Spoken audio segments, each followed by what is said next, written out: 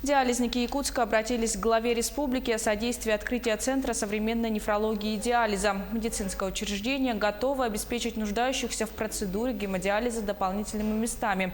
Сегодня заместительную почечную терапию в Якутии получают более 400 человек. При этом отмечается недостаточное количество диализных мест. Больные вынуждены получать терапию в 4-ю смену с часу ночи до 5 утра, что крайне неудобно. Современный центр оснащен всей необходимой аппаратурой. По словам руководства, полностью готов и весь пакет необходимых документов. Между тем, надзорные органы не дают согласия на открытие отделения.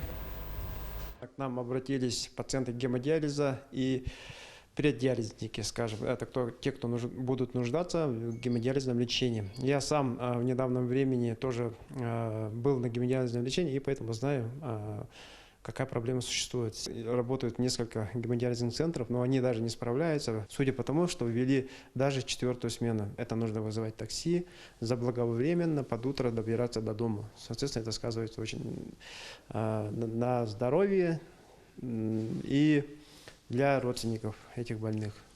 То данное отделение должно принять 84 пациента, а это уже большая цифра.